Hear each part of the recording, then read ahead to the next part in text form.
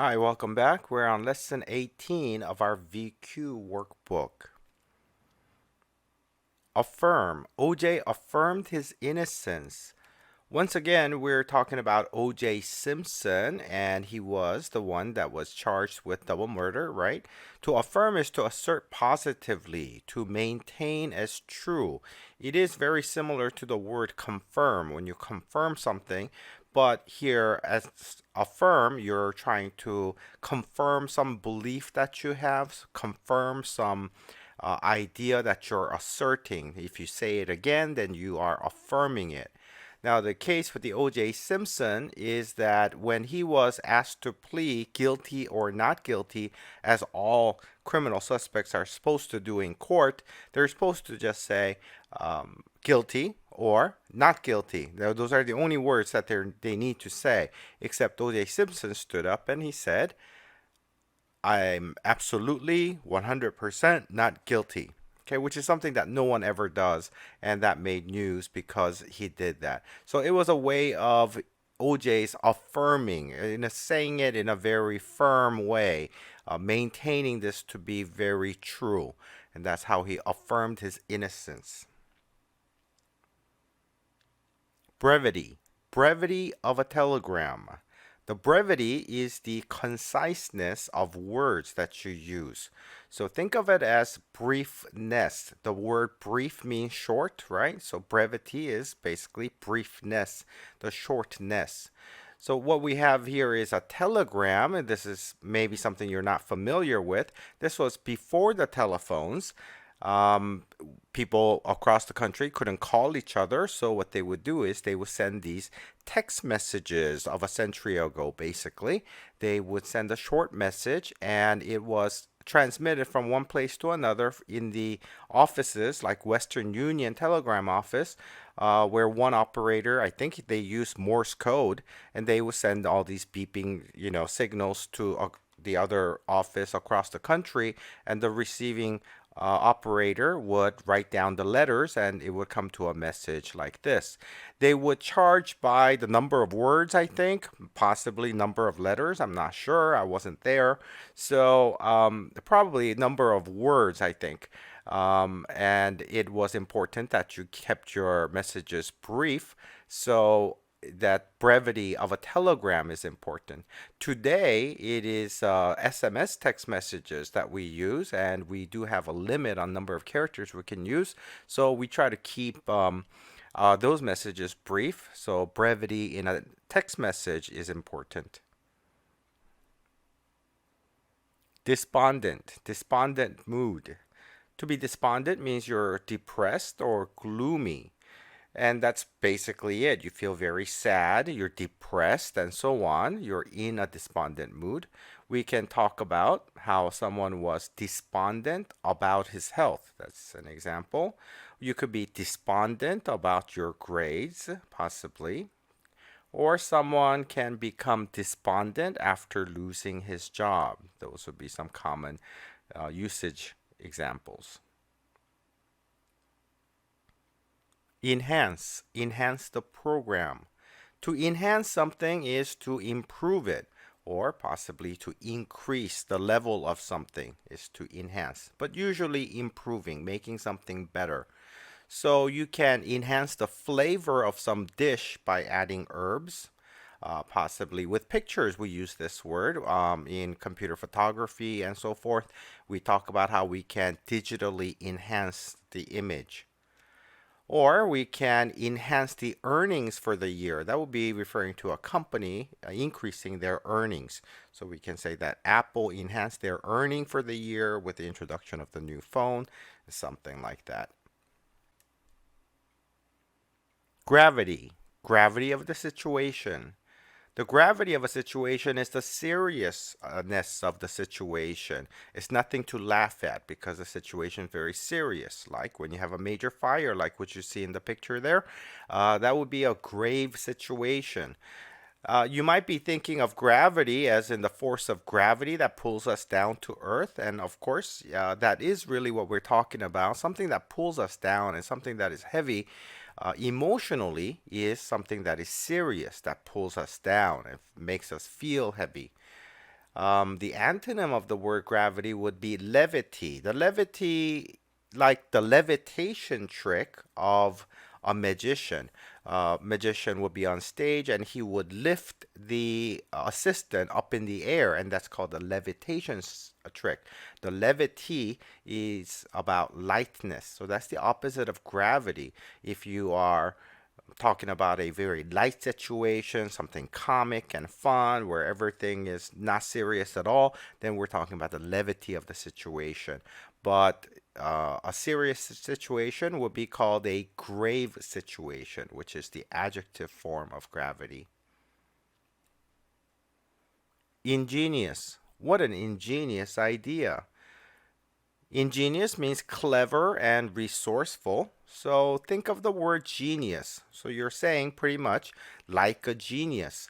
So you can have an ingenious detective who has really clever ideas, I guess, in solving a problem, or ingenious contraptions. Ingenious contraptions is what we think of when we think of Home Alone, the movie. The child is very ingenious in the movies, right? The child character, and the child is dueling with burglars. I guess that's at least in the first movie. I don't know about the other sequels, but usually the child is making a lot of ingenious contraptions, little traps for the burglars. Morose, sad and morose. Morose means that you are ill-humored, sullen, melancholy, which is very similar to the despondent mood we're talking about. You're being in a gloomy mood. So when you're doing the workbook, it might be a little confusing between these two words. Just try to think of the phrases and try to work through them. If you're sad, you're morose, it's kind of a real depressed feeling that you're going through, the gloomy mood. Here's a sample sentence. He became morose and withdrawn and would not talk to anyone. Or those morose job seekers who have grown accustomed to rejection. So the job seekers have been rejected many times, and over those many times, they have become morose, very depressed in nature. Not just a temporary thing, but overall, their whole mood for that period is very depressed. So that's sad and morose.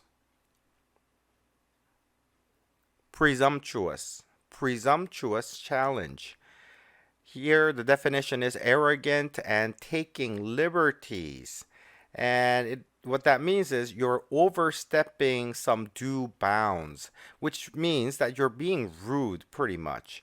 So the idea of presumptuous challenge is that you are challenging someone, kind of an arrogant manner. So if you're a student in a class and your teacher is explaining something and you challenge your teacher on that explanation, you say, no, your explanation about the aqueducts is wrong. I think I know better. Then you're being presumptuous, and your challenge of your teacher's explanation is a presumptuous challenge because you're kind of being rude, you're being arrogant in your charge.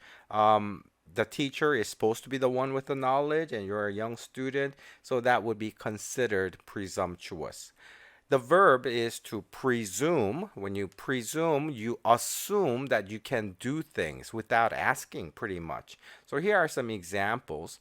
The claiming that the teacher is wrong, that's an example of, assuming you know better. That's presuming, presumptuous. Or you go to your friend's house and then you start looking inside your friend's refrigerator without even asking him.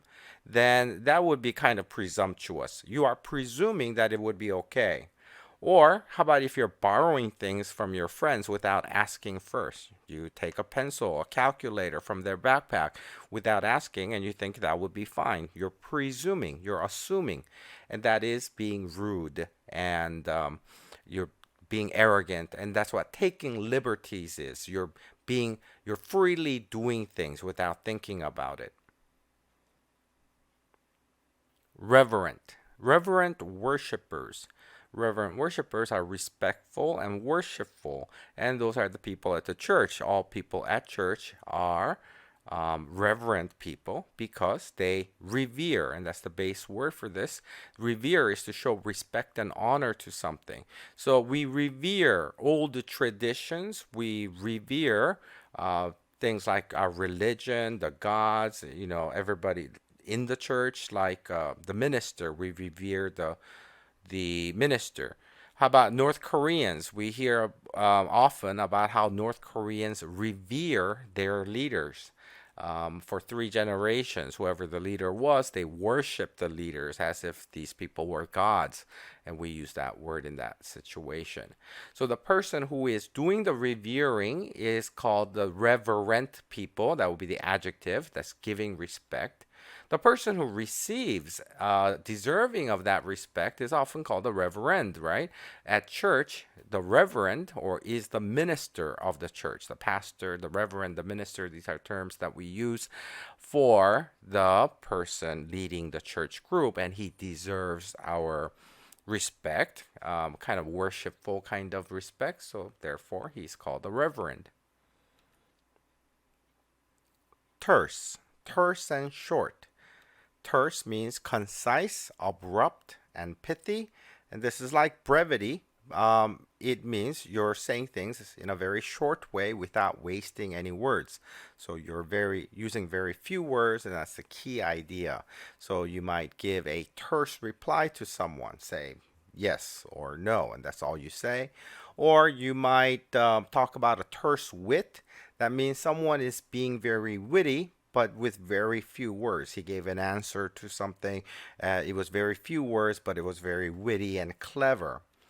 Or terse instructions. Your teacher might tell you to do something, but doesn't use very many words, gives you just a very short instruction. You're supposed to figure out all the details.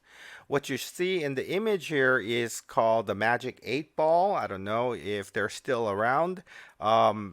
It's a toy, and you shake it up, and there's a little triangular pyramid shaped thing in there that floats up. You ask it a question. You say, oh, will I get a great Christmas present this year? And then you shake it up, and then it'll give you definitely or possibly or some terse reply. Thanks for watching. Get your workbook at Amazon.com if you don't have one.